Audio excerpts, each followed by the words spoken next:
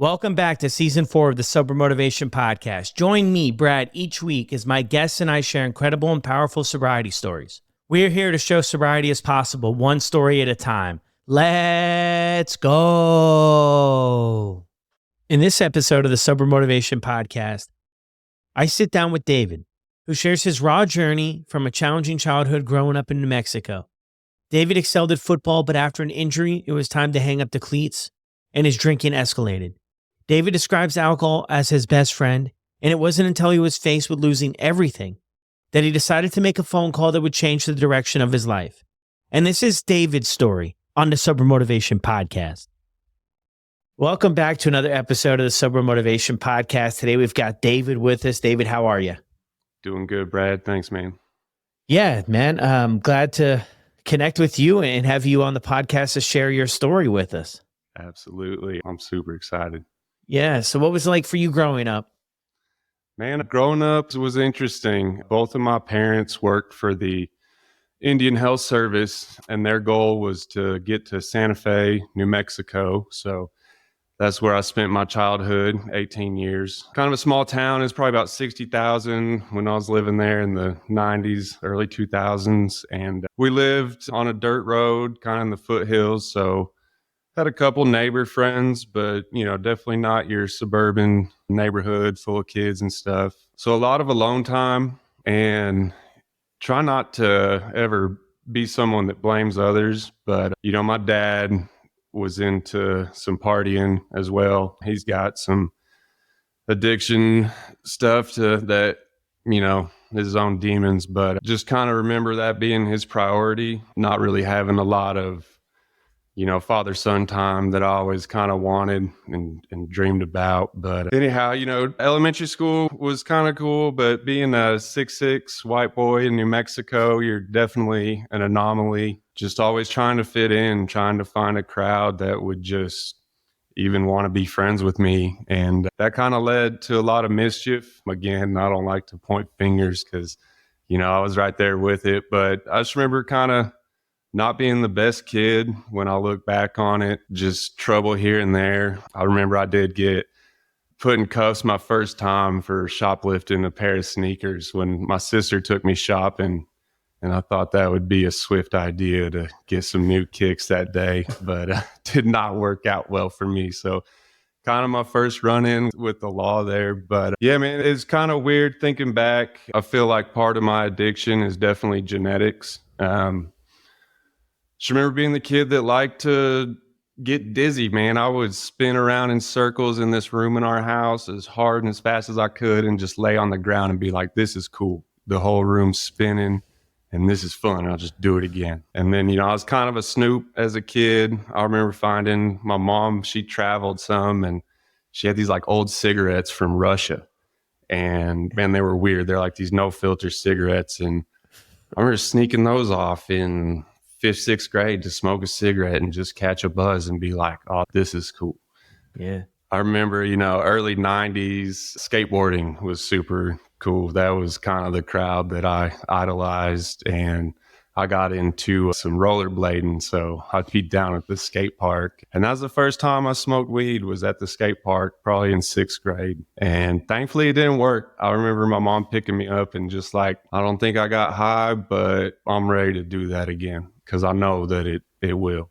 Yeah, listening to that too, though, I always go back in a part in my story too, where I struggled with life long before I discovered like substances, alcohol, and drugs. With some of that maybe stuff you kind of talked about, belonging, fitting in. I moved, different sort of situation, but I moved from Canada all the way to Waco, Texas when I was 6 years old, and it was a big shift. And it was probably like, that's like first, second grade type time. And I tried to fit in and like get to know people, but like people had already grown up in the neighborhoods and had their friend groups. And it was really hard for me to make friends. I remember I always had one friend growing up, but it was a tough time. You having a sister as well, though? Yeah, I've got an older sister. Oh. She's about around 4 years older than me. She's definitely my person. It's kind of neat, now later in life, kind of rehashing some of our childhood struggles. But yeah, she's doing well. She's awesome. Yeah. So Yeah, that's going back down memory lane, right? So you have, how are you doing in school? Like, are you enjoying going to school? And you shared that too. You grew up like down a dirt road. So, isolated in a sense, right? Not like suburbs, community type stuff. So you probably had to find a lot of things to do yourself too. And when did you start playing football too? Kind of a double whammy for you. Yeah. Yeah, I mean, thankfully for me, academics came easy, man. It probably gave me a big pardon when it came to getting in trouble. It was like, well, I still had good grades, even though I was in detention. And I remember that all the way through high school, like my AP math teacher, he did detention as well. And I'm sitting there with a A in his class and seeing him after school for detention. And he's just shaking his head like, when are you going to get this right, man? But Yeah. yeah, I mean, school was fine. We had a basketball team. I'm not good at basketball for being 6'6", so it really wasn't much fun for me. But it was something to do, and I enjoyed it because that was an identity. I had friends there. I had, guys to call my teammates, and I also had coaches. That's something I remember more of my childhood is my coaches, really, other than my parents. And I mean, great parents, but I just remember learning most of my stuff from my coaches. And football, where they practiced was like a good 20-minute drive from our house, but it was down by the mall and stuff. So we drive by and I'd see these kids. Hey man, like, Mom, they're playing football. How come I can't play football? And finally she caved in, I think about 5th or 6th grade. She signed me up for football, and man, you had to pull me off that field. Anything the coach asked, I'm going to do it, and I'm going to do all of it. So that's when football started for me. Yeah. Okay, cool. So you mentioned there too, you started rollerblading. So you're involved were you 6'6" in high school? Yeah, man. Yeah, I've always been, it's funny, my shoe size always matched my age until I was 16. So I've always been the big kid. Everybody's so football came easy, and New Mexico's a different demographic. So being the tall kid was easy. Yeah. Yeah, that's wild, man. So you get into the skate park, right? And this is kind of your first time smoking pot type of thing. And then when's the first time you get into drinking? Is that in high school or no? A little bit, like I said, growing up in Santa Fe, it's pretty liberal, progressive, but in high school, you were kind of the weird kid if you didn't smoke weed. So smoking weed was just normal. Smoking weed, smoking cigarettes, and if you didn't, then you were the outlier. And I wasn't about to be that kid. Alcohol never really. I just didn't enjoy it. I remember my sister when I was in 8th grade. She was a senior in high school, and she finally took me and my neighbor to a party.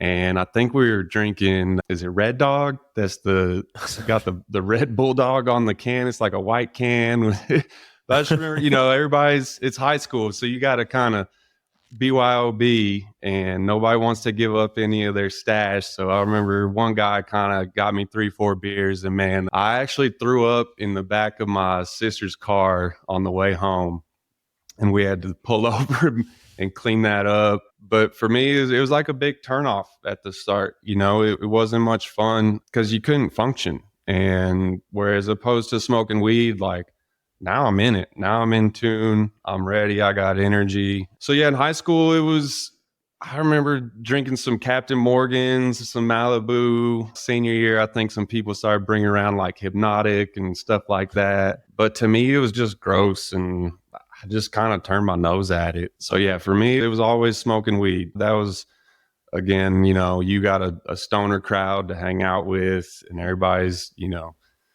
this is what we do. Yeah. Yeah. Where did things go for you after high school? Man, after high school, I was, like I said, pretty decent athlete on the football field, was all state. Had some letters. Again, I had good grades and had some Ivy League offers. That was pretty cool. But I just couldn't really entertain the idea of an Ivy League curriculum and then still trying to play sports. But so my dad's family is from Arkansas, from a small town called Mena. And every summer we'd come back to Arkansas, and I'd get all my cousins. And that was where I really felt like I fit in, was when I was here. I just love something about the summer air at night in Arkansas, just kind of sets me alive, man. So I had an uncle that was a big booster for the Arkansas Razorbacks, and he also did the radio spotting for the Razorbacks. So he was really plugged in, and he thought that I had a chance to play here. And, I don't know how familiar people would be with college football, but playing for the Hogs, that's kind of the nickname for the Razorbacks, is the Hogs. We're in the Southeastern Conference. We play Alabama, you play Auburn, you play all the big guys, and it's the real deal. And I just wasn't that guy physically. I was too slow, too small, and not strong enough to compete at this level. And for whatever reason, I don't know if it was just the family pipe dream that our son's going to be a Razorback. We grew up being Razorback fans. I've got a funny picture of me as a little kid dressed as a Razorback. And I had a chance. The coaches took a chance on me as a recruited walk-on. So you get a little bit of preference over the other walk-ons, but I was not a scholarship player. But that was the goal. That's where we're going. So it was every other college, every other opportunity was just kind of pushed aside, and you're going to go be a Razorback. That's what we're going to do. Yeah. What position did you play? Man, I played tight end and defensive line. So It was coming out of high school. I weighed about maybe 220 pounds, and they wanted me to come into camp about 250. So I was trying to put on 30 pounds of just whatever I could in my last year, my senior year of high school. I've never been in that spot before, but is there a lot of pressure too that you might feel, or I don't know if people are mentioning stuff to you, but that you feel like you've got to go here and make this happen? I kind of knew in the back of my head, like this isn't going to work out. So yeah, family pressure for sure. My uncle, again, he carried a big name and some weight with him. So it doesn't matter if someone looks at me, you're an athlete. This guy can play. And I'm like, man, you don't know. You don't know how hard those dudes work. You don't know how gifted they really are. So it kind of felt like I was just, the clock was ticking on this letdown that y'all ain't going to see me out there. So yeah, definitely felt that. Yeah. Did you practice and stuff with the team, or how did that go? Like once you got there? No. So kind of interesting. St. Patrick's Day, my senior year of high school, we go out to this canyon. It's called Diablo Canyon, and it's out on some BLM land, which is Bureau of Land Management. So that's where people go party. So all my friends are getting together St. Patrick's Day.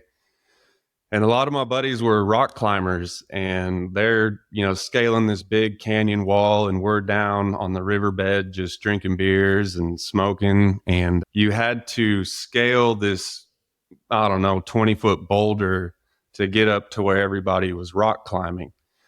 And I was like, well, I got to get up there now because I want to see my buddies do this. And in my just arrogance, I start climbing this boulder and I fall, and coming down, I landed straight on my left ankle and fractured my left ankle. So late in my senior year, I now have a surgery to repair my broken ankle. And setback number one was right there.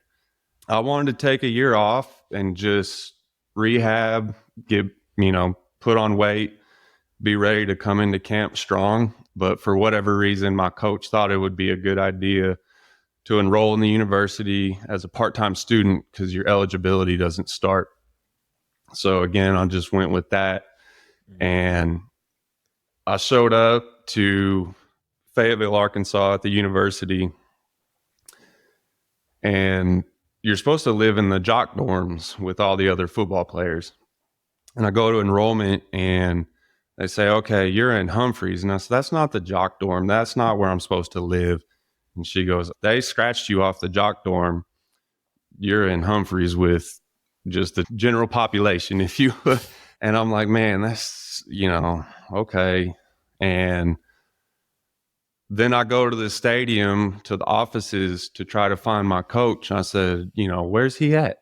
Oh, he went to the Patriots last week. He didn't call you? no, nobody's talked to me. Nobody tell me that. So Mm. here I am, coming off of ankle surgery, part-time student. My family's, 900 miles away, no coach to guide me. And yeah, I had no idea what I was doing.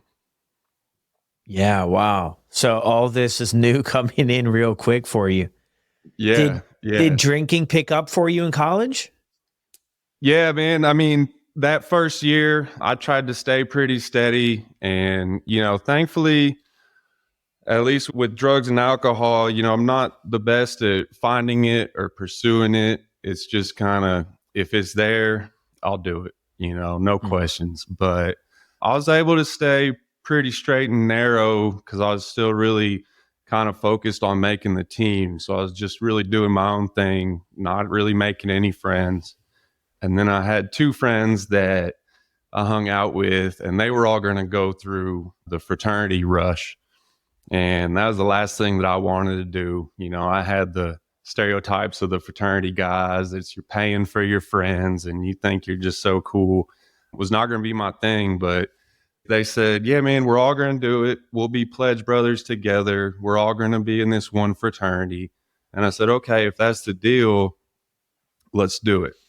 So we sign up, we go through rush, just a super weird experience. I've never felt more out of place in my life. I could hear people making fun of me just for literally the way I dressed because I'm not from here. I don't know what this is, and I don't even know what I'm doing, literally. So, and then you show up for bid day. You go through 3 days of a selection process, and then you get a bid to be a pledge in a fraternity. So I show up on bid day.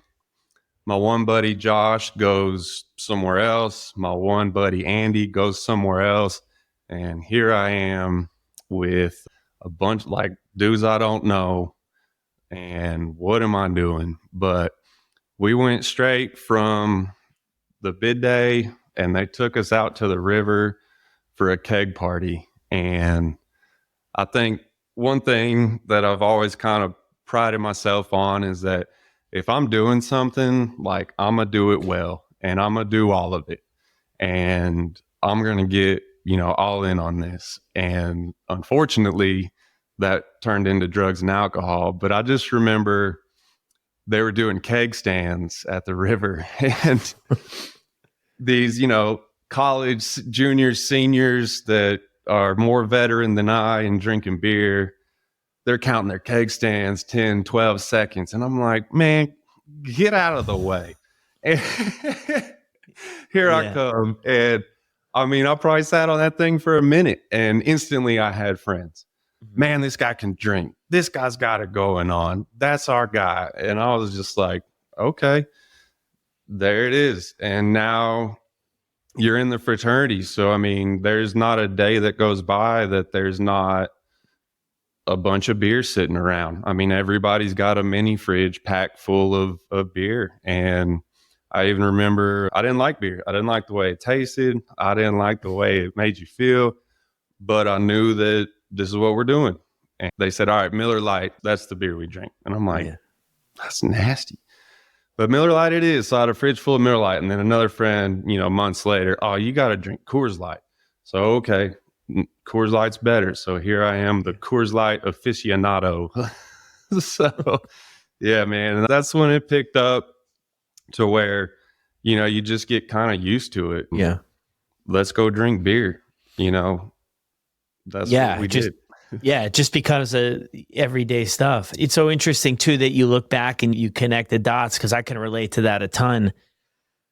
The first time I went to, one of these college parties and I had this whole struggle growing up with fitting in. It felt like I belonged and people liking me. And then I went to this party, made a complete disaster, but people seemed to enjoy it. Like they enjoyed the entertainment. It brought us together in some sort of sense. And once I got that feeling, I was like, this is going to be a problem, but for now, this is the best thing that's ever happened to me. Yeah. Yeah. So weird, so wild how it happens. Yeah. And then it just grows from there. Absolutely. So you and your 3 buddies went into this and you guys were all supposed to be under the same roof, but you all got separated? Yeah, man. I was still, Clearly, I haven't let that one go. I know one guy, he went to a fraternity that was not the best, and he wound up dropping out of college. And then Andy, my other buddy, he's still around. I still see him. We're still buddies. So Yeah. it was an interesting thing, man. Yeah. So so you kind of get into this and then, yeah, into mix of things there. I mean, are you still doing well in school? I was doing all right. Like I said, part-time student. So I think I only had like 3 classes. So yeah, I mean, we're getting A's and B's. But the crazy kind of setback number 2 is, it's doing the fraternity thing, but hey, I'm still going to play ball. I'm still going to make the team, and I'm still going to make everybody proud. And we finish up my freshman year, and I remember calling my mom like, hey, school's over.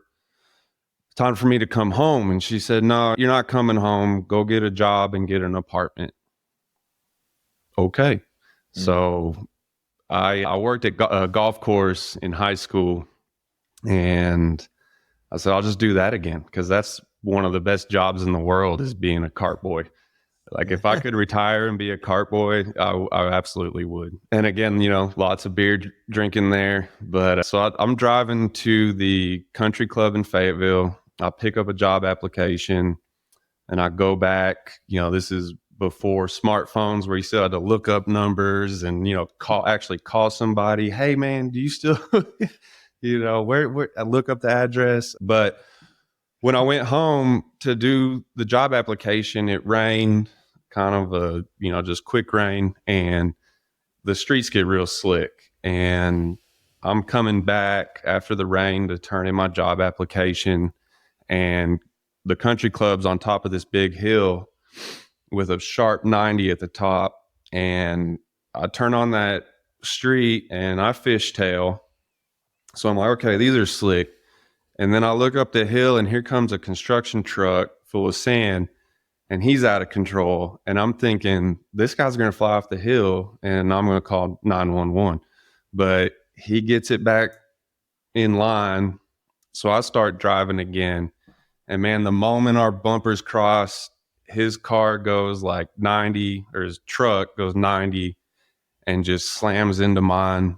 I'm the worst at wearing my seatbelt, but thankfully I'm 6'6", so my head hit the roof liner, my shoulder hit the A-pillar, and I survived. I walked away from it, but it was a horrible car wreck, and it jacked up my back to the point that I've got like a permanent condition in my spine. And that was when it was back to physical therapy. And at that point, I just knew football's done. Like, there's no way you're going to come off an ankle surgery and now you're 19 and your back's messed up. And I just remember calling the coaches and talking to my uncle that I'm done, man. There's no coming back from this. To compete at that level, I'm too far behind the 8 ball to really get this back on track. So that's when sports were done for me. Yeah. What was that like for you emotionally, if you'd worked, like you'd been involved with this, for a while, right? It was the thing.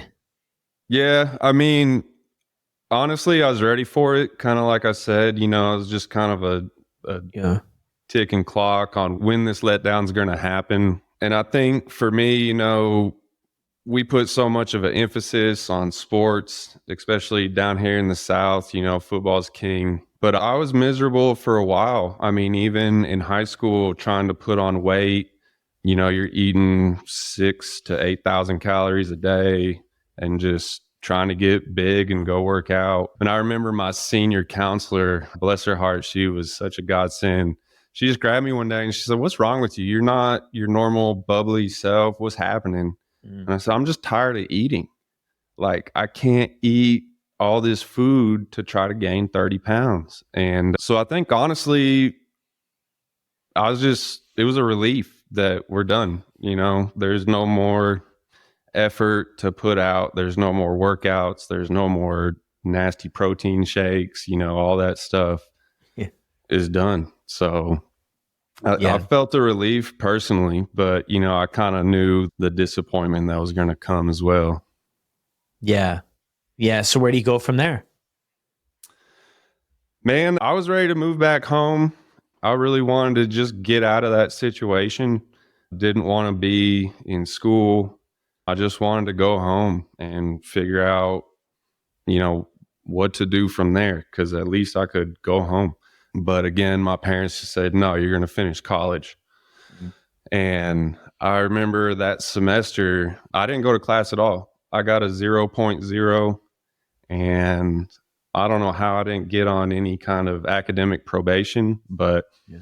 I was still part of the fraternity. So here I am, and all the energy that I poured into sports, now it's just poured into the party, man. I don't know how, but I was able to finish college. It probably took me the better part of 6 or 7 years with a lot of summer school just to get that degree. But I did it, and I've always had a job. I've always had a job. I remember getting a worker's permit at 14 to work in the restaurants. Not a good idea for a kid with addictive personalities, but I've just always had a job, so I held down a job to at least pay rent and pay what bills I could.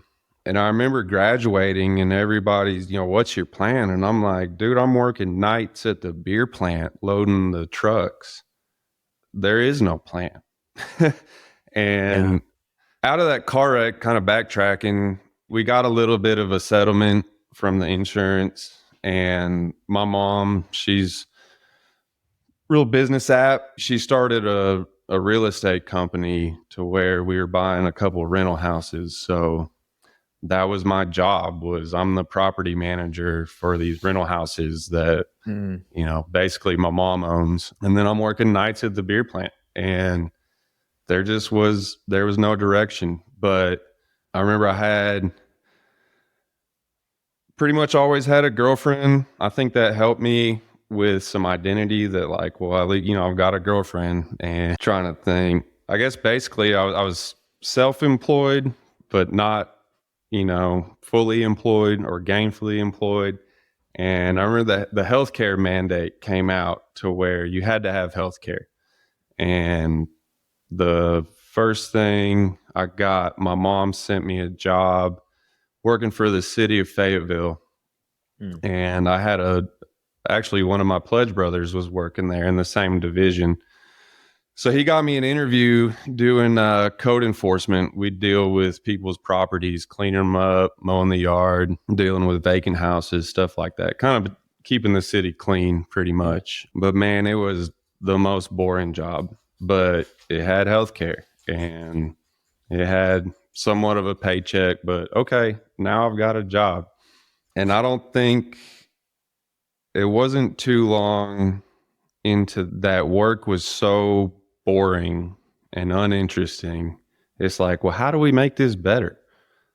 Well, let's go get some beers at lunch, and it was okay. Well, it's Friday. Friday is a good day to go have a couple beers at lunch. You come back to work for a couple hours. It's the weekend. And it was my buddy's going to laugh. I've got my buddy Blake. It was, hey man, meet me for some Coors Light. And this place had these killer mini corn dogs. They were like miniature corn dogs.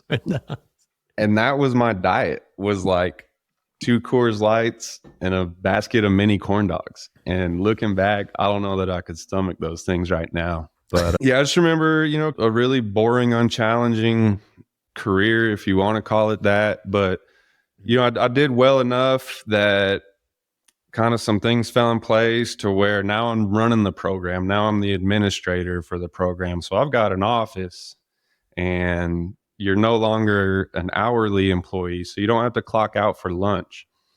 So my lunch breaks turn from, 1 hour on the dot to, well, let's get one more beer, to, man, I've been gone for 2 hours. My boss ain't even at work.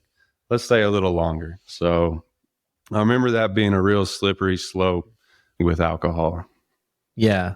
And what are you thinking about as far as this being a problem for your life at this point? Has anybody ever mentioned anything to you? Yeah, I do remember. So when football was kind of done, I love football. I think there's so many life lessons that you can learn from being involved in it. And at some point, I was able to start coaching youth teams. So I coached football 5th grade up to 8th grade for about 6 or 7 years. But one of my fraternity brothers did it with me. And we'd go to work, and then we'd go meet at Applebee's down the road from the field, and we'd slam some Coors Lights and go to practice.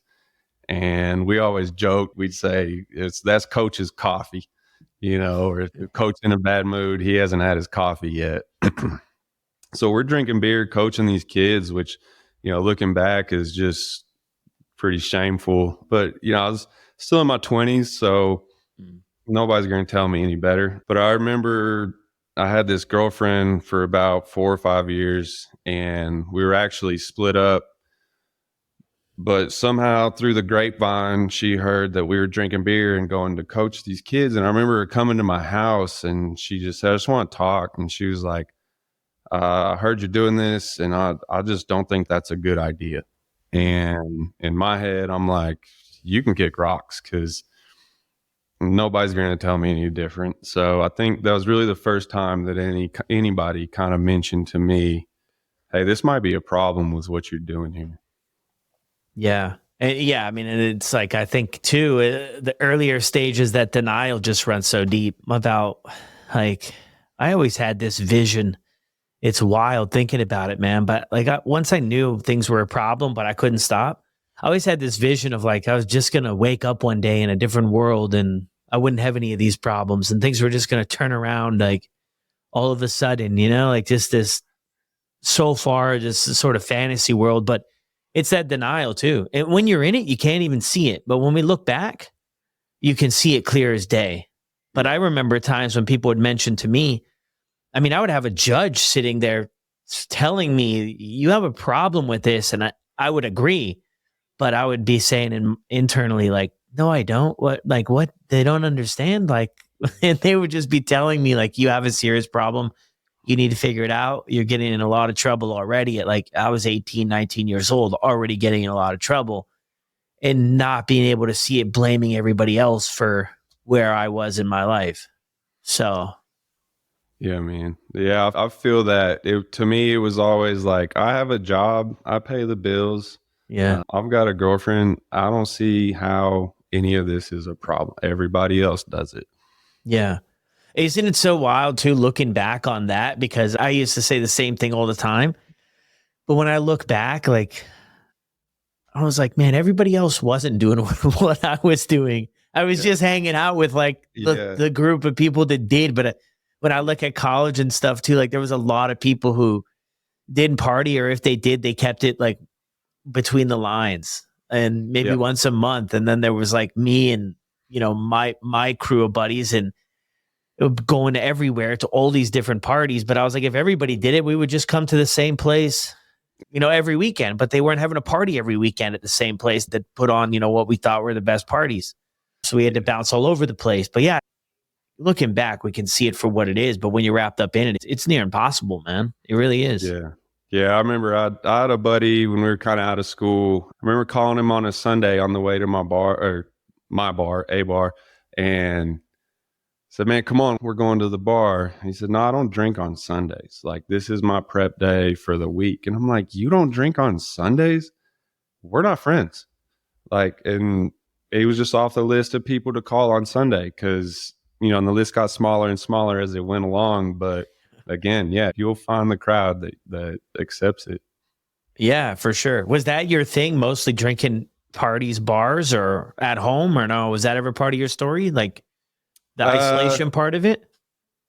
Not till later, kind of in my addiction. But yeah, it was always a social thing. Let's get out, go to the bar, see some friends, stay there way too long. And yeah, it was always a social outlet because I lived by myself. I was a bachelor for way too long. So I had a couple roommates, and we'd drink at home, like if we had a barbecue or if there was a game on or something. But that really wasn't till later that I was drinking by myself. Yeah. And I feel like that can keep us in the game a little bit longer too, right? If we have this going out social thing, It's like maybe more normalizes it too. So like other people are doing it. Yeah, it's not that bad. It's not like what they show on the movies. Because I always did that. But when I look back at it now, like I started out, probably similar transition to, I started out, we would go out probably every night sometimes, shoot pool, hang out, whatever. It was great. And man, when I look back at it though, I was just looking for any distraction from myself to actually like face who I was, or maybe the lack of ambition that I had for life. Like, why are my other friends are graduating school and like they're heading towards their careers, and I felt like I was just so far kind of behind. So I didn't want to really face that music and this going out and partying and kind of, like it just kept me from thinking about all that stuff. And even though I hated to be hungover, like being hungover was just another way to avoid what was actually going on, because that was all my focus on, like how bad I felt about my life. And then I didn't have to worry about everything else I felt like I was coming up short in, so it was like so interesting. But I kept that as like my excuse alive, kept things alive for probably longer than maybe they needed to be, because I was just like, hey, we're going out, we're having fun. Like, it's not that bad, until it like gets bad or gets worse, So what do things look like for you? You got this new job and now you're promoted to the boss, and then that kind of opens up your schedule a bit more. What do things look like for you moving forward from there? Man, honestly, it was just kind of more of the same. I think, like you said, trying to avoid yourself just perpetuates, and we're searching for this identity that's really not you. And for me, I tied a lot of that into my relationship with my old girlfriend. We'd gotten back together and I wound up proposing to her. And it's crazy to think back how reluctant she was to say yes, because she knew the problem that I had with alcohol.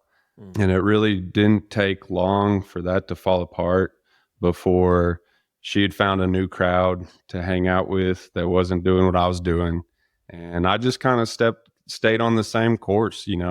This is all I know. And this is kind of the comfort, the consolation that I get. So if you're mad about it, then I'll be at the bar. And that's when I really first found myself kind of lying and deceiving people about what I'm doing or how much I was drinking. So that was wild. I remember we went on a trip to Jamaica, and our friend was getting married. We're in Jamaica for a year. For a year. Our friend was getting married. We're in Jamaica for full week. And on the second day, I found out some things about our relationship that, I'm glad I found out, but the faithfulness had been broken, and it was on night 2. And I just remember being like, I can't wait for the breakfast bar to open up, because they had this like kiosk of just vodka bottles to make your own screwdriver, rum punch, whatever you wanted to make. And that thing opened up, I think at 5:30 or 6 in the morning. I marched down there. I just grabbed the whole bottle of Smirnoff off the kiosk, and I started marching towards the beach. And like this lady at the hotel tried to stop me, to be like, sir, you can't take the whole bottle of vodka to the beach. And I guess the look I gave her, she just kind of saw the pain in my eyes and was like, never mind, go have yourself a day. And that was kind of the first time that I was just like, this is my only friend. This is the only thing that's never let me down, is alcohol. It's always there. It's always going to make me feel the way I know it will. And that's kind of, I think, when I really got lost in it. We got back stateside. It was made clear that we were not going to be proceeding with our relationship. And I remember the first thing I did after she got her stuff out of my house, I went to the bar, and, a bartender's always a friendly ear. So she wanted the whole story about how this went down. And it was just beer after shot after beer after shot. And it was my new home, was this bar that was not too far from my house. So again, went and just found a new identity to escape the reality that my drinking had ruined, the only relationship that I had. So that was a weird several years right there. How old were you when this happened? I was probably 31, 32. So it was about 7 or 8 years ago. Yeah. And it was a serious relationship too, right? Like pretty serious? Yeah. We were pretty much living together. Yeah. And it was ring on the finger. We're going to get married. I'd asked her parents about it. And it's crazy to think back. Her dad had an alcoholic father and he never drank, but her mom and her brother, and she did as well.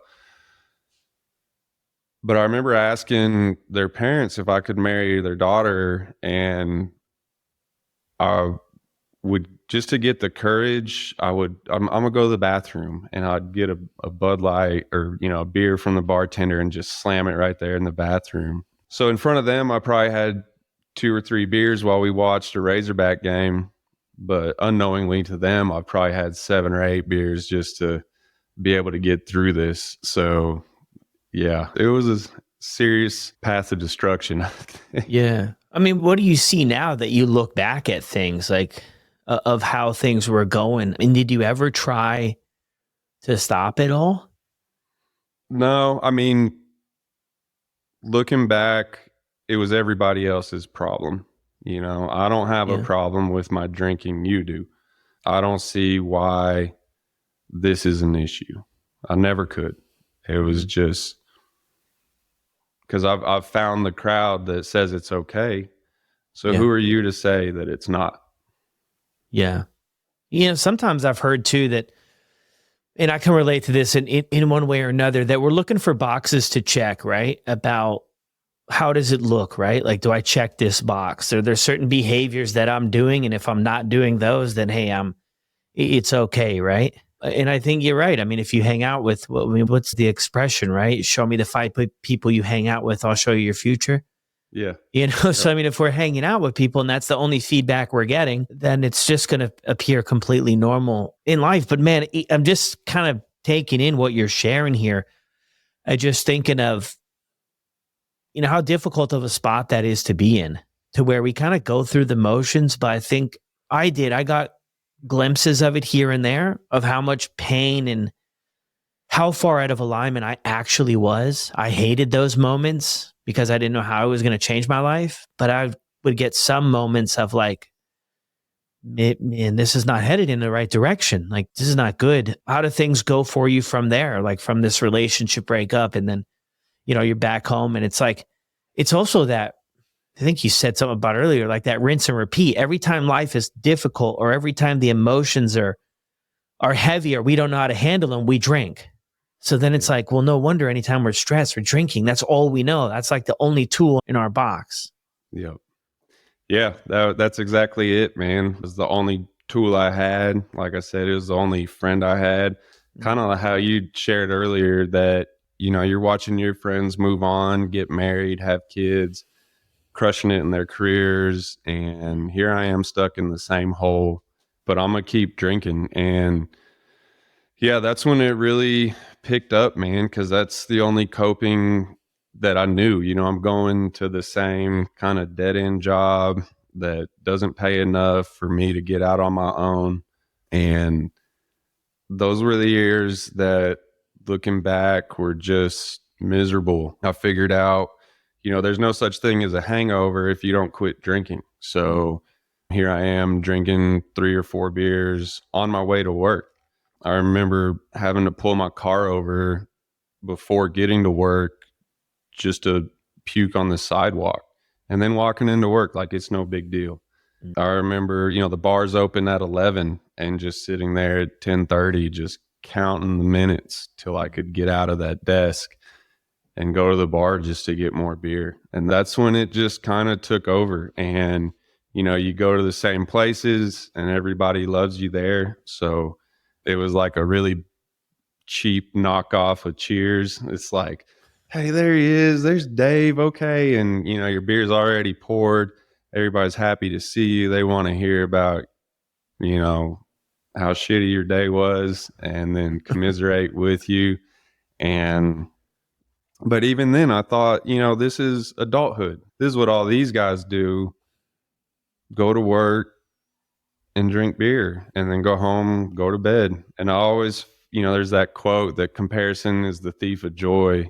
Mm. So you look around and just always, well, at least I'm not that guy, at least I'm not this guy over here. Cause I mean, look at me, I'm doing okay. So those were some rough years, man. Yeah. Yeah. It gets tough, man. But yeah, it's when you see that too, that's what's around. I mean, how would you feel if you weren't drinking? Like, did you have withdrawals and stuff you went through it at Yeah. all or no? Yeah. Yeah. I can distinctly remember going to my bar. I mean, right at 11 o'clock, if not earlier, and like hounding the bartender to pour me a drink. And when she handed it to me, man, I went to reach for it and my whole hand was shaking. Mm. And she just looked at me like, oh man, you're like really bad off. And hearing that from your bartender was kind of scary. And that was also kind of when I started having other kind of physical things. Gout is crazy. So I was having these like gout flares that it gets in your big toe. It's kind of a lack of your liver's basically not able to process all the purines that there's coming at it, mostly from beer for my situation. And it just like, it feels like your big toe's on fire. And I mean, you can barely walk, you can barely sleep. And even in those like flare ups, I would go drink beer and just hope that this would go away if I, got drunk enough that I just wouldn't feel this. So I just remember sitting in my bar stool and really starting to feel like my body is giving out from, what I was 10 years ago. Yeah. Did you ever, you mentioned the one thing yesterday, like the blame on other things. Did you ever, because I know a guy who has the gout thing right now and he tells himself it's the red meat. You ever see that when you Google it? It says it could be red meat. I don't know if you were on that tangent, but that's what he tells himself. Yeah, no, that was, so my mom is a pharmacist and she has a pill for everything. And I remember a lot of my family's medical. I went and saw my cousin because my blood pressure was out of control. I mean, to where I probably should have had a stroke or two. And somehow my body is just big enough. I think there's this funny thing I read that giraffes have really high blood pressure because the blood has to go so far. And I'm like, well, look at me. I'm basically just a giraffe. That's why my blood pressure is so high. But yeah, I remember talking to my cousin that's a doctor, and he was like, well, I can give you the diet for gout, but you're not going to do that. So here's a pill. So a lot of my life, it was like, there's a pill for that, or there's just an easy way out as opposed to not drinking. Yeah. How much were you drinking towards the end? Man, I mean, like a light day would be 6 or 8 beers. If we're really going out, we're going to get some shots involved. But I remember my stomach almost couldn't handle beer anymore. So that was just like, okay, well, let's switch to vodka. And that was it. It was like, give me this double shot of vodka with whatever. Just, I remember asking a bartender, just whatever you think to put in some vodka, because that's all we need. And then, the seltzers came out. So everybody's now drinking these, like the High Noons, I'm trying to think, there's a couple local breweries that were doing some, but there's a couple that's a vodka-based seltzer. And I was like, that's all right, but the alcohol is still pretty low. So I got to a point where we're putting a shot of vodka into the seltzer. It's like speedball it, man. That was when it was definitely at its worst. Yeah. How do you end up turning this thing around? Man, I still thank God that somehow he put me in this situation. I've always trusted that God's not going to give you what you want. He'll give you what you need. And for me, that was just a typical day. I left work, went and had, my 2 or 3 seltzers with vodka at the bar, and was going from there to help a friend move some furniture at our church. I was actively involved in this church playing music, and just the timing of it all is so weird. So from the church, I had to go to a flooring store to get some samples for my work. And I couldn't remember exactly where the store was. So I wound up taking a wrong turn, and I got behind this pickup truck that's going like 8 miles an hour in a 30. And I'm like, man, this, old person, what are they doing? Get out of the way. I got somewhere to go. Might have honked at them once. They're still going 8. They come up to a stop sign, sit there forever, and then they roll out and they're still doing like 8 miles an hour in this 30. And I'm like, this is ridiculous. And we get up to the stoplight. They go straight. I'm taking a left turn to get to the flooring store, and I lay on my horn. I throw my hands up. What are you doing? Holding up traffic. And that truck stops, backs up in the middle of the intersection, and then starts following me. And I'm like, oh, wow, this might be the day that I get my ass kicked for honking my horn. And these guys roll down their window, and it's like these 2 jack dudes with tattoos and sunglasses on, and they're like screaming, yelling to pull over. And I was like, I really don't know what to do, but I think if I'm going to get my ass kicked, I might as well make sure it's in front of some other people so they know what happened. So I went ahead and pulled into the store I was going to and was just going to get inside that store.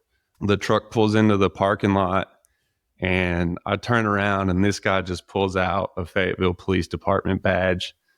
And there were 2 undercover cops doing surveillance on a drug dealer in this trailer park. That's why they were going so slow. And it didn't take them long to figure out that I'd been drinking. So that was when I got a DUI, spent the night in jail. It wasn't my first go around in jail. I had a couple others, but nothing like this. I knew, the way, just the consequences of a DUI were going to be a lot. And I just remember laying in that jail cell. And even then, you look around with the guys that are in there, and it's like serious charges. And I'm like, well, I just got a DUI. Like, we're going to be all right. I'm not like these guys. But yeah, so I get out of that the next day. At the time, I'm dating my now wife. So I have to call her and tell her that I was arrested for DUI. And she kind of already had an idea that, my drinking wasn't the best. And it got kind of rocky, but man, even then, the first thing I did, I went home, slept for a bit. When I woke up, first thing I did was go to the bar and have some drinks and try to figure out how we're going to do this. Do this as in like not drink anymore? Or how are you going to manage this situation at hand? Yeah. How are we going to get through this one? Yeah. But quitting drinking that was not a thought in my head at that time. It was just, how are we going to handle this? And how am I going to save this relationship? Yeah. To keep going. Yeah. So things were kind of, if you're trying to save it, this wouldn't have been something that was like swept under the rug type thing in the relationship. Right. Is that what you're saying? Okay. Yeah. Yeah. Something would have to change, right? It wasn't just going to be like, oh, whoopsie dibs. I mean, a lot of the times too, like, I mean, I never got pulled over for DUI. I mean, I got caught for a ton of other stuff, but I think we do it quite a bit before we get caught. You know what I mean? It's like by the time we do get caught, I don't know what the statistics are, but it's not like it was this luck of the draw. This is like my first time kind of deal. So it's probably a good thing that there was, maybe conversation or something about some changes. Yeah, absolutely. Yeah, I knew my wife, she's kind of the first person that I couldn't fool, that I couldn't trick into thinking that this just wasn't a big deal. So I knew that I had to tell her. She was the first person I called, and she kind of just said, she's going to take some space and we'll see how this goes. And I remember still drinking for a couple days. I was actually on the clock, for my job, and I'd worked there for like 8 years. And for me, it seemed to be my career. Obviously, they're going to get wind of it. So I went to work the next day. Boss calls me in the office. I kind of tell them what happened. And they kind of throw me on administrative leave and had a review. And I'm begging for my job, trying to get into like an employee assistance program or something. And they just weren't going to have it. So they fired me. And I had a hard time going to my house. I was sleeping at my mom's and still drinking, and lost my job. And I think it was pretty clear that if I stayed on this track, I would also be losing my girlfriend. And then she's got two children, so that, they were going to be gone too. So I think it was the first time that I could see like, hey man, you already lost your job. All you got left is her. And you're about to lose that too, if things don't change. I just remember thinking, the way I got pulled over was kind of bullshit. So I was hoping there was 3 things. I was like, between the charges, my job, and my relationship, if I can just keep one of those, I'll be okay. And that was my first go at sobriety. Was, you get the interlocks put on your car. So there's like 90 days or something that it makes it really difficult to drink. I didn't really like drinking at home. It was just kind of boring. I remember Ubered to a bar once, sat there just slamming seltzers. And that was the kind of first time that I was alone drinking. And it hit me like, what are you doing? Why are you here? What's the win here? That you worked so hard, you paid money to get here, you're going to pay money to get home for this. And that was kind of the first time it hit me that like, maybe this isn't worth it. So yeah, I got 88 days of sobriety. I wasn't smoking weed because I was trying to get a job. I actually lost a job opportunity because they do a hair test. So that goes back, further than a urine test. And I was like, this ain't girl. Did you go through with the test, or did you just say, no, I'm good? Yeah, I said, let's roll the dice and see what happens. Yeah. And I remember they called me, and, weed's legal medically here. So they just asked if I had a medical card. And I was like, well, I've been thinking about getting one. I've got the application.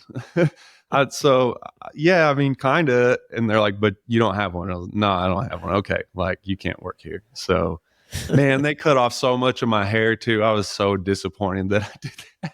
Really? Oh man. I remember a wild story on that note. I got this job at this car dealership, Michael Jordan Nissan. This is way back. And I was really heavy into all kinds of stuff, drugs. Well, drinking wasn't really a problem. It's always so interesting, right? Drinking is never like a thing that they're checking for, right? Like you can't do it when you're working, but it's like, it's everything else. But society just accepts the drinking part. And I had to do a mouth swab. So I went to this, like, I don't know if it was like a weed shop, or we used to call it like a head shop. I don't know if that's a thing. Oh, yeah. Okay. I went there and they had like this little, it was like red. It looked like a little 5-hour energy drink booster, but it was like this drink you drink. So I picked up 2 of these, and then you were supposed to do it before you took the test. I did one like the night before just to see what it was like. And my girlfriend's like, your whole mouth is yellow. And I was like, what do you mean it's yellow? Looked in the mirror and I was like, yeah, I can't do this. And like, we went out to, was it Walgreens or something probably back then, or there was another pharmacy store. I can't remember the name of it, but we went out there, bought this drug test. I was like, came back positive for everything. There's no way I'm getting this job, but I actually got the job. Yeah. I didn't even use the other liquid stuff. I just was like, let it ride. Let's see what happens. And I guess with those samples, it only does like maybe a couple days back or something. So yeah, it was a wild story. Just made me think of it there. So they hit you at this test here, and that was a no-go. Sorry, go ahead with where you were headed there. Nah, you're good. Yeah. So I remember I got 88 days sober. I got a job at the company I still work for now, which was really kind of random that they found me. I didn't find them. And actually, we work nationwide, so they don't test for weed. So I was like, this is the perfect place for me because I'm still smoking this whole time, except for that brief time before I got this job. So the moment I got that job, oh, I can smoke weed here. So we're back to that. And I went 88 days without alcohol, and I'm back together with my girlfriend. Things are looking up, and it's like, okay, the interlock's gone. You've paid your fines, went and saw the judge, all that. And we go on vacation to Florida, and it's like, well, okay, this is the time to drink. I think I'm going to have a drink. And it was the worst decision that I could have made because it was, let's try to moderate this. Let's try to be an actual adult that consumes alcohol. And there's just never enough. Like I said, if I'm going to do something, I'm doing all of it. And it doesn't matter what it is. Thankfully, now it's my hobbies. But it was like, well, okay, one drink, we're going to need another. And we had set the appropriate amount that I set was to have 3 drinks. And it's like, okay, well, we had 3 on the beach. Now we're in the apartment. Like, doesn't that restart the count? And well, we went to a different bar. So if you ask this bartender, I've had 0 drinks. And man, it wasn't long until, 3 beers turned to 3 vodkas, turned to, just give me what the strongest that you got and make it 3 of them. And I think that's when I really saw, you're kind of at the crossroads of where you're going to go. You've got this awesome girlfriend. You got 2 boys that love you. You've got all the support in the world. I mean, all my friends showed out after I got arrested because they could kind of see too where I was going, and those people cared about me. But here I am still wanting to drink. And then the job I had, I would travel a lot. So when you get on the road, man, there's nobody to answer to, it's just find your way back to the hotel. And the last time I got drunk was in Louisville, Kentucky, which is, bourbon country. So I just remember landing in the airport, get a beer, and the bartender, what's your bourbon? What's the backer? And I'm like, no, just the beer. And she's like, you're in bourbon country. The beer comes with a backer. It's like getting fries with your Happy Meal, or, Yeah. And I'm like, okay, well, I guess we'll, throw me a shot of bourbon. And never operated well on brown liquor. Like I said, I was drinking vodka all the time, but I think it was that night because my flight got canceled. So here I am stuck on the road with nobody to answer to. And we just start drinking, and every beer's coming with a shot of bourbon. And it wasn't long into my stumble down the bourbon row that just through my text messages, my girlfriend knew that I was wasted. And that was just waking up. I mean, it was a total like blackout. I don't know how I got back to the hotel. Thankfully I did. But man, waking up in that hotel with just that panic of, what have you done? Everything that you thought you were working for is just out the window for not even like 3 or 4 hours of what you thought would be fun. And I just remember sitting in the shower in that hotel, just like something's got to give, something has to change. And that was in that airport the next morning. I remember I called my sister, and I don't cry a lot, if ever. I don't remember really the last time I cried, but I was just sobbing like a baby to my sister. Like, I don't know. And I'm so used to winning. I'm so used to doing well at stuff that to have something have me whooped was just like, how did this one thing just completely defeat me to the point that I'm just beaten down in tears. And I remember before that, my mom really tried to push me into AA. I remember one time she said she was like not going to let me go see my girlfriend unless I went to a meeting first. And I just told her to kiss off and did what I wanted to do. And that was before I, kind of relapsed. But, in that first 88 days, you're sober, but my heart wasn't in it. My head wasn't in it. It was like, we got to get this done so we can move back to normalcy, to where I'm drinking. Mm-hmm. And finally, that time leaving the airport, I just remember texting my wife, my girlfriend at the time, I'll get help. Like, this is it. I'll get help, because I can't do this. I thought I could, but I can't. And even, this is the wild thing, even after all that, I'm in the terminal waiting for my plane to board, and I go get 2 or 3 beers just to be like, okay. And then I'm sitting there like, hold on. No, this ain't what you're supposed to be doing. So it was, but yeah, man, that was my last time drinking on May 12th, 2022. Wow, man. That's incredible. To put an end to it, right? Like so many things you mentioned there, I mean, just stand out, right? It's just, it always just ends up back to the same place it was, or worse. And what you said too, a lot of people share on the podcast, right? Able to figure out so many other areas of our life, able to check the box here, got that going all right. This is okay. We want to change this. We want to do that. We're able to be in control and make those adjustments. But when it comes to alcohol, it's giving it up and getting sober. We need help. We need support. We need other people to help us out. But it's not always easy to ask for help. How challenging was that call for you to make to your sister to kind of snowball this thing? Man, it was rough, because as close as we are, we don't talk a lot. I'm not big about talking on the phone, so it'd be, texts here and there. But I just knew that she would be the only person that would understand kind of how I got to this point. And I knew that she'd be the only person that would say it's okay. Like, this is okay that this happened. And, it's not completely your fault, not trying to shift blame, but I knew she was the only one that would be kind of like a little glimmer of light in a really dark spot. So yeah, it was tough. It's tough to even think about it, man. Yeah. No, I mean, it is, but I feel like that's when people make a big breakthrough, is when we kind of do things differently for one, but we also take a chance on maybe building a bridge.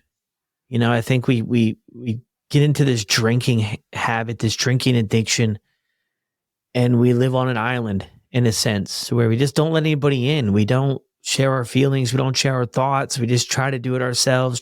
I got myself here. I'll get myself out of here. And I feel like what I see you did that day, and I have my own sort of story around that too. And I think was so helpful is like, for once you let somebody in, to say, you know what? I don't have it all figured out. I'm really good at a lot of things, but this has just got me baffled. I just can't find a way out of it. And like, not that she came in and saved the day and did all the work for you. You know what I mean? You had to put one foot in front of the other, but it's like, man, that's just the start. I tell so many people all the time, like, the start is like, let's just get honest with how this is impacting our life. And, there's a lot of people out there who are willing to help us and to listen. Yeah, man. I mean, I definitely feel that. I think, again, going back to my childhood, with my dad not really being there and only having coaches so many, times out of the year, I don't need anything from anybody. I've got this. I'm going to take care of me in my own way. So being that stubborn, hard-headed, it's tough, and it's tough, especially when you're the guy. You're supposed to be the star athlete. You're supposed to be, checking all these boxes in life and winning everything and having the grades, and finally just saying, I can't, like, I can't win here. It's got me defeated. Yeah. So where do you go from there, from that moment? I mean, heading towards wrapping up the episode, I mean, how do things look like for you moving forward? Yeah, man. Thankfully, my sister had a friend that has been long-term sober, and I'd met him on a couple of my trips out to visit her, and the dude's just the coolest guy in the world. And she said, well, you know that Joey's sober. And I'm like, no way. There's no way that someone's that cool and is sober. That's not possible. So for me, I never wanted to go to AA just because of the stigmas. I didn't want to stand up at the podium and say, I'm one of y'all. I was, too proud or too ignorant to do that. But when she told me that he was sober, I was like, you're telling me that someone that cool is okay. And it gave me this kind of glimmer of like, well, then I want to be like him. And I just remember, I texted my girlfriend, I'll get help. Mm-hmm. And I got back home to Fayetteville, looked up a meeting, and I talked to Joey on the phone for a bit. And he just said, you just got to go to a meeting, man. You just have to go to a meeting. And I had another friend from my church that's been sober. He gave me a big book a while back, I think after my arrest. And I just remembered driving to that meeting was like a dream. It was like the lights are flashing. Everything just feels different, feels weird. My nerves were on edge, just trembling, sitting in the parking lot for too long. And then just saying like, you're going to do this because it's the only shot you got to save the life that you want and that you deserve. And man, that stepping into the rooms was the best decision I've ever made for myself and for the people I love. It was nothing like I thought. These are very normal people from every walk of life, and we're all there for the same reason, because we can't control alcohol. And starting to work the program, but even then I was kind of not reluctant, but I just said, I'm going to do this. I didn't get a sponsor until I was like 9 months sober, because someone just said, bro, you got to get a sponsor. Working the steps was kind of here and there, but I just kept coming back to the meetings, because after the first one, I just knew you do belong in these rooms. Like, these are your people. They've had the same struggles that you have. And it was really the first time in my life that I had kind of the Me Too moment. I felt like so much of my life is like, you wouldn't understand. You're not me. You don't know what it's like. And sitting in those rooms is just like, I've been there, Yeah. Wow, man. Thanks for sharing that part too of, plugging in there. How has your life changed? A full 180, man. I can't believe the blessings that just come my way. And I know 100% that none of this would happen without sobriety. The position I was in at work really wasn't ideal for, being on the road and being able to kind of screw off and have temptation there. Thankfully, I made it through a few work trips, but then, man, a spot popped up at my work that I'm able to work from home and be with my family. I was able to relocate to live with them as well. And I just work with people that I really love and do something that I really enjoy. And I know if I was drinking that this wouldn't happen. That manager wouldn't have even given me a shot. We got married. I think I waited until I was about 10 months sober to ask her to marry me. And that's just been awesome, man. Having kind of your best friend go through that with you and still believe in you and just have so much hope and faith in your potential, and just kind of know, if I've seen you overcome a lot of obstacles, and I just know that I could get this one. So having somebody in your corner like that is such a blessing. I know that she wouldn't be here. My boys wouldn't be here without sobriety. It's just crazy, man. Things keep popping up in my life that I know for a fact would not be here if I was still drinking. Yeah. Direct result of not drinking, man. Great stuff comes. What about when you look inward? Are you proud of yourself for the progress you've made, or where do things land in that direction for you? Yeah, man. I think I've always had a tough time looking myself in the mirror because I just didn't like who I was. I didn't like what I was doing. And then, the physical effects of alcohol start catching up with you, being, just puffy and red and sweaty. And it's kind of weird to look back on some of those photographs and stuff. But yeah, man, really proud of myself. I think I shared that in a meeting once that, you can hear it for months and months of how good you're doing from other people and how good you look. Mm. You've lost weight, you're healthy. And I finally started to believe it. I was finally able to look at myself in the mirror and just be genuinely happy for where I am. So yeah, it's been great, man. Yeah, that's beautiful.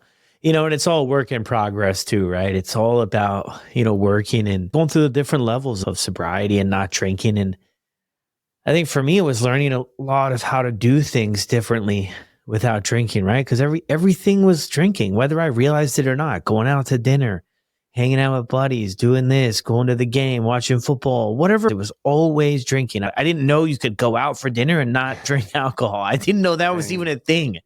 And I had to learn how to kind of do that stuff. And it was really uncomfortable. A lot of things were uncomfortable. There was maybe a level of boredom because I wasn't living in a chaotic world anymore. But it's a little bit at a time. I feel like we come into our own, we learn stuff. I'm just thinking about one person or maybe a few people out there, David, who are struggling to get or stay sober. What would you mention to them from your own experience? Man, I'll just say if it's a thought in your mind that things aren't going your way and alcohol's the source of it, get in a meeting, find an AA group. There's an app called Open Chair that gives you a map and a schedule, and they are every day, all day. There's Zoom meetings that you can hop on. Get in a meeting. You might not quit that day. You might not quit that month, but keep going, and don't ever think that I'm better than those guys. Find a community.